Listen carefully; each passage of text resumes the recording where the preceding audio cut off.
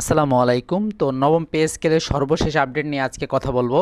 তো নবম pay scale নিয়ে আসলে একটা সুসংবাদ আছে এবং একটা খুবই দুঃসংবাদই বলা চলে। তো দুইটা নিয়ে আলোচনা করব। তো প্রথমে দুঃসংবাদ দিয়ে আসলে শুরু করি। আপনারা সকলে আচ্ছা, তার আগে একটা কথা বলে নেই, যে আমাদের চ্যানেলে যারা একদমই নতুন আছেন অবশ্যই চ্যানেলটি সাবস্ক্রাইব করে পাশে থাকা বেল আইকনটি প্রেস করে দিবেন। কারণ আপনারা সকলে জানেন যে নবম পে স্কেলের সকল আপডেট আমরা সবার আগে দেওয়ার চেষ্টা করি। তো আমরা মেন পয়েন্টে আসি। তো সেটা হচ্ছে, আপনারা সকলে জানেন যে অর্থ মন্ত্রণালয়ের যে মাননীয় প্রতিমন্ত্রী জনাব জুনায়েদ সাকি, তিনি ছিলেন হচ্ছে মাননীয় অর্থ প্রতিমন্ত্রী এবং উনি কিন্তু নবম পে স্কেলের বিষয়ে সবচেয়ে বেশি পজিটিভ ছিলেন।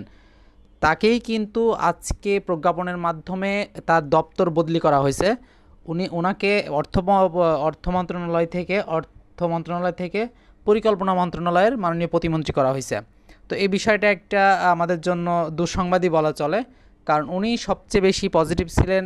শুধু মন্ত্রী হওয়ার পর থেকে না, মন্ত্রী হওয়ার আগে থেকেই কিন্তু উনি বিভিন্ন সমাবেশে গিয়ে, বিশেষ করে বিভিন্ন বাংলাদেশ সরকারি কর্মচারী দাবি আদায় ঐক্য পরিষদের যত সংগঠন ছিল সকলে ওইখানে গিয়ে বক্তব্য দিয়েছেন পে স্কেলের বিষয়ে। এবং ওনায় গতকালকে, আমি একটা ভিডিওতে বলছিলাম যে গতকালকে কয়েকটা সংগঠনের নেতাকর্মীরা তার সাথে দেখা করতে গেছিল এবং তিনি বলেছিলেন যে নবম পে স্কেলের বিষয়টা এই বিষয়টা আমি দেখব। সুতরাং আপনাদের যদি অন্য কোনো দাবি থাকে সেটা বলেন। উনি এতটাই পজিটিভ ছিলেন, তাকেই কিন্তু সরিয়ে দিল। এখন থাকলো হচ্ছে অর্থমন্ত্রী, অর্থাৎ আমির খসরু সাহেব, জনাব আমির খসরু। তো উনি পে স্কেলের বিষয়ে গতানুগতিক সরকারি যে ধারাবাহিকতা বা সরকারের যে পদক্ষেপগুলো, সেভাবেই নিয়ম অনুযায়ী কার্যক্রমগুলো চালাবেন। উনি আগেই বলেছিলেন যে গত সরকার যেটা দিয়ে গেছে সেটা এখনও তিনি দেখেননি, ওই বিষয়টা দেখবে। পাশাপাশি যেই কমিটিটা করা হয়েছে নবম পে স্কেল বাস্তবায়ন কমিটি, সেটা দেখে সেটা রিপোর্ট পাওয়ার পর সরকার আর্থিক অবস্থা বিবেচনা করে নবম পে স্কেল বাস্তবায়ন করবে। ওনার ধারাভাষ্য হচ্ছে এইটা।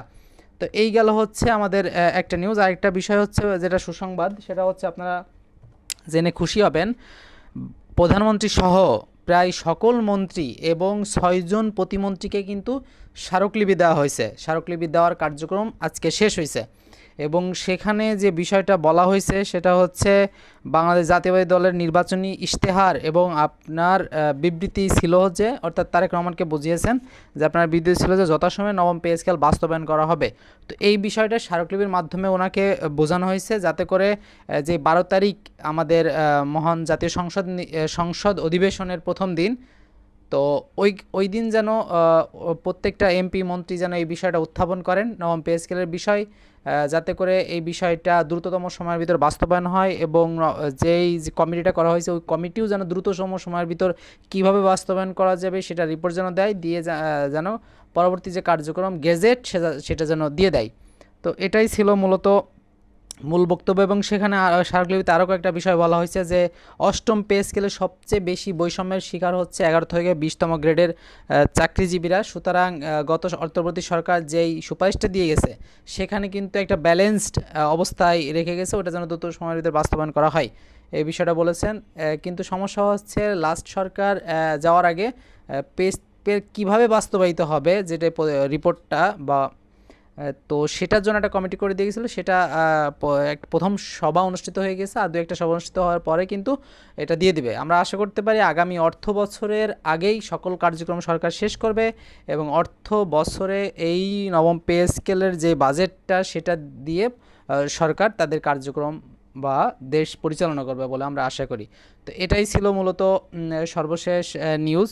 তো আপনাদের আশাহত হওয়ার কিছু নাই যে মাননীয় অর্থ প্রতিমন্ত্রীকে সরাই দিয়ে, এটা একটা ধারাবাহিক প্রক্রিয়া। উনি আগে ছিলেন হচ্ছে অর্থ প্রতিমন্ত্রী, পাশাপাশি পরিকল্পনা প্রতিমন্ত্রী। তো দপ্তর বন্টন, এটা সরকারের একটা স্বাভাবিক প্রক্রিয়া।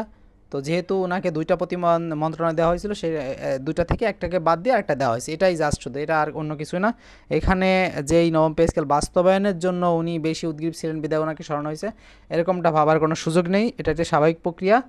তো দেখা যাক শেষ পর্যন্ত কি হয় 12 তারিখ। পাশাপাশি আরেকটা বিষয়, সেটা হচ্ছে 14 তারিখ 15 তারিখ থেকে আমাদের যত সংগঠন আছে সরকারি কর্মচারীদের, তাদের কিন্তু একটা ছিল, আলটিমেটাম ছিল যে 15ই মার্চের ভিতর যদি এটা বাস্তবায়ন করা না হয় তাহলে কিন্তু 18ই মার্চ থেকে তারা কর্মসূচি ডাক দিবে, বিশেষ করে কর্মবিরতি এই টাইপের বিভিন্ন কর্মসূচি দিবে। এখন 12 তারিখ দেখা যাক অধিবেশনে কি হয়, আমরা অপেক্ষায় থাকবো এবং আমরা সরকারের কাছে দাবি জানাবো দ্রুততম সময়ের ভিতর যেন এই নবম পে স্কেল বাস্তবায়ন করা হয়। তো এটাই ছিল মূলত আপডেট।